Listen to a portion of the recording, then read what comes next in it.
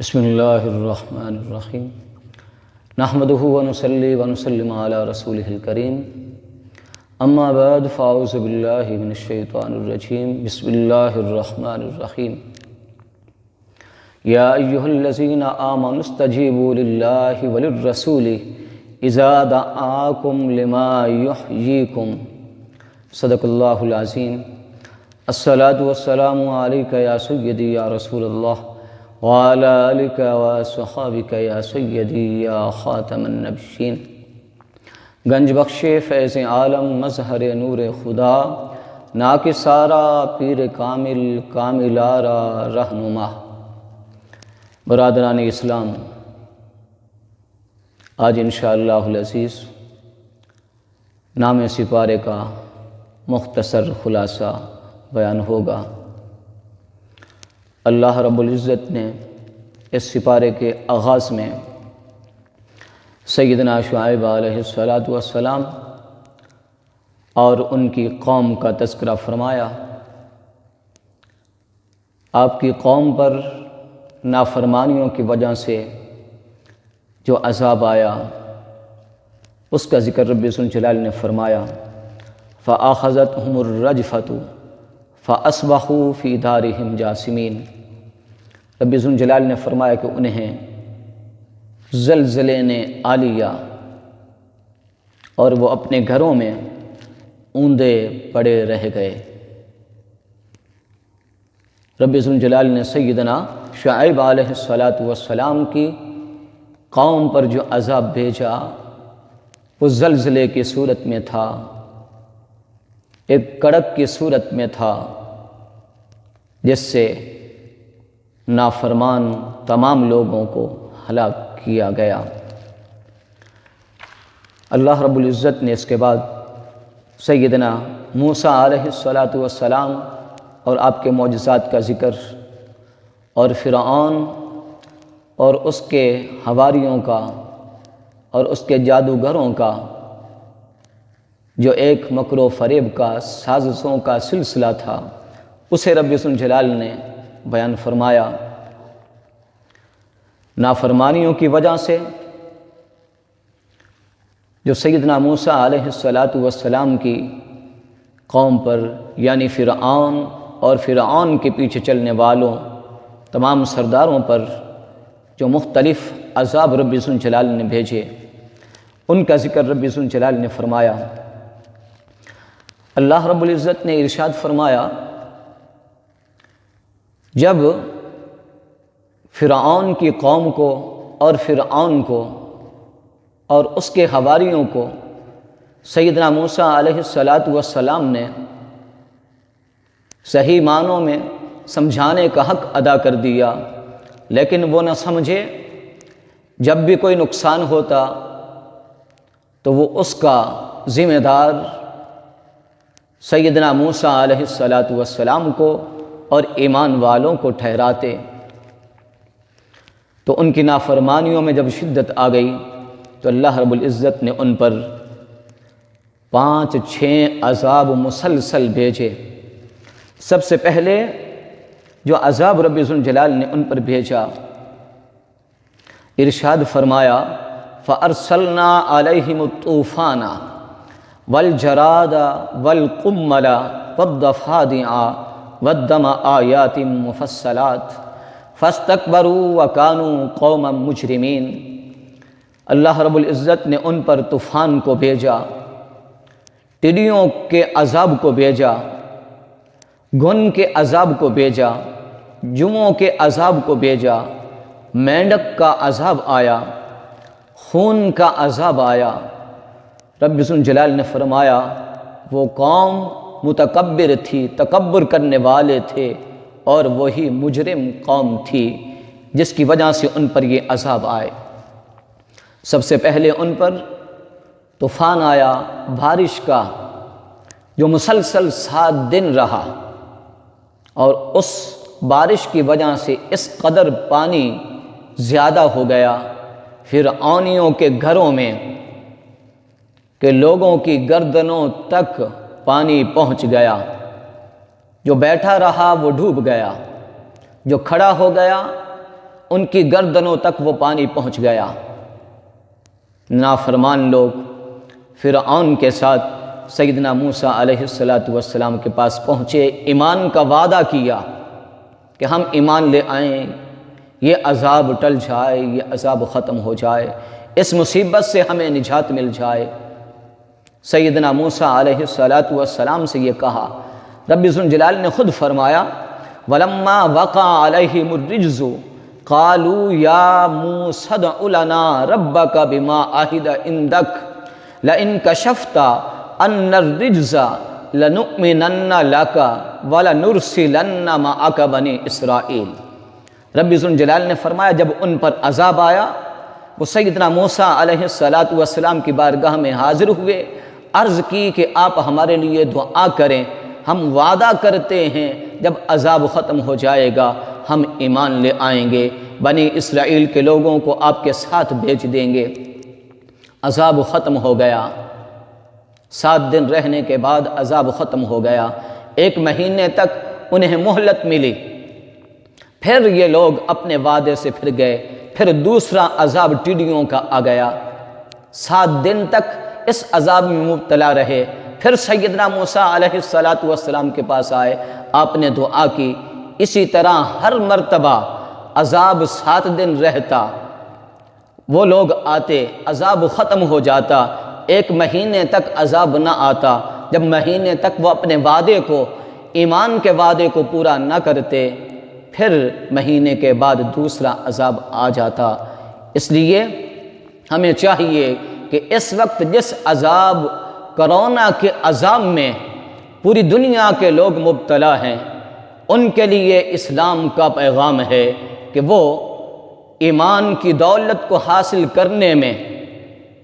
کوئی لمحہ ضائع نہ کریں، اور جو ایمان والے ہیں وہ ایمان کے عہدوں کو،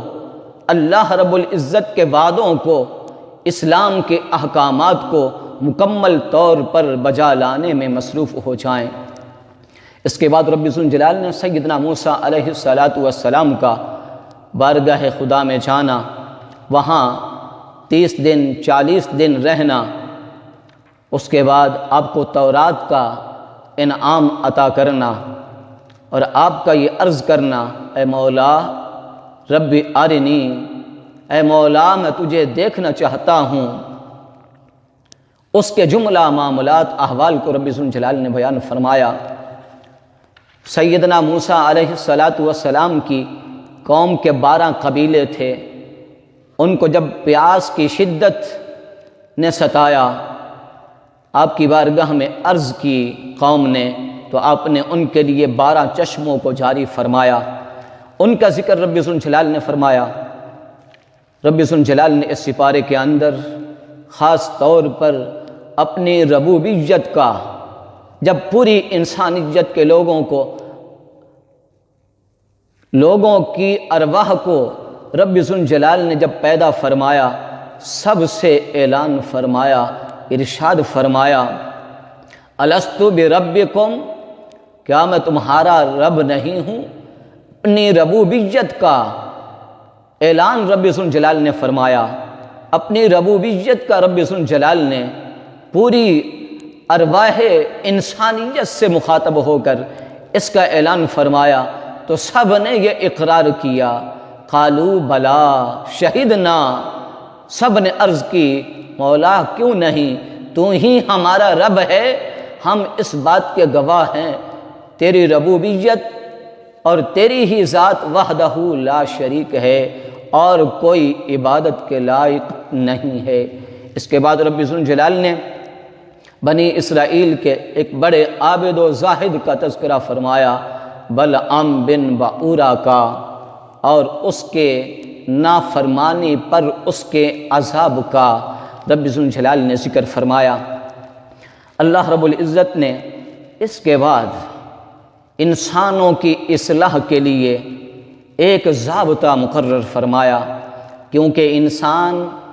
سے جب غلطی ہوتی ہے، انسان سے جب گناہ ہوتا ہے، جب انسان سے سستی ہوتی ہے، جب انسان دین کے حکم کی نافرمانی کرتا ہے، اللہ اور اس کے رسول کی نافرمانی میں مبتلا ہوتا ہے اس کی وجہ کیا ہوتی ہے، اور اس سے بچنے کے لیے انسان کے پاس کون سی پاور ہونی چاہیے، کون سی طاقت ہونی چاہیے جس کی بدولت انسان گناہ سے بھی بچتا ہے اور اللہ کی رحمتوں کا، رب ذوالجلال کی برکات کا، انعامات کا مستحق بھی ہوتا ہے۔ رب ذوالجلال نے اس سپارے کے اندر ارشاد فرمایا،